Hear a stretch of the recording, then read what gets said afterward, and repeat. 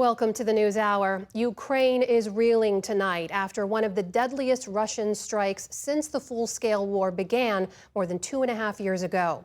Authorities say 2 missiles hit a military academy and a hospital in the central eastern town of Poltava today, killing at least 50 people and injuring hundreds more.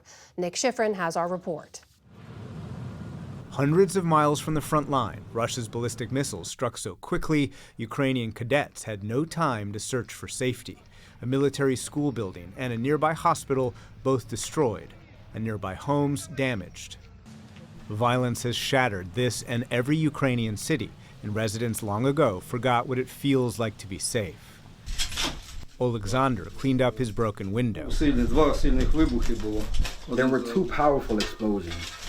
One after the other. Everything flew out of the covers. Everything was covered in glass.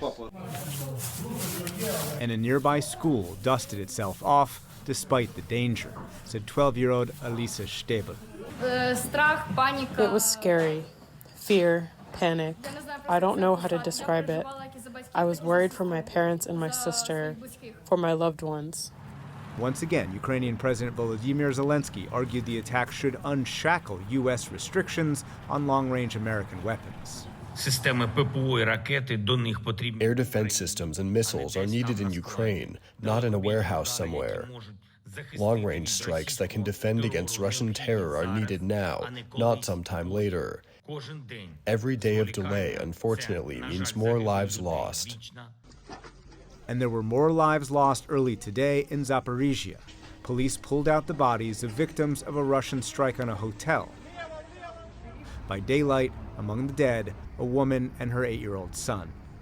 Zaporizhia is home to Europe's largest nuclear power plant, occupied by Russia since the war's first days.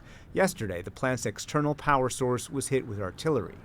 In Ukraine, International Atomic Energy Agency head Rafael Grossi warned that could lead to the plant losing the power it needs to cool its reactor. I have very often characterized it as very fragile. With for some days we have some stability, and then the next day there is an event, an issue, a drone impact. The situation is very serious indeed. But today, the war's architect was given an honor guard by a country that is legally obligated to arrest him. Russian President Vladimir Putin visited Mongolia, a member of the International Criminal Court that has demanded Putin's arrest.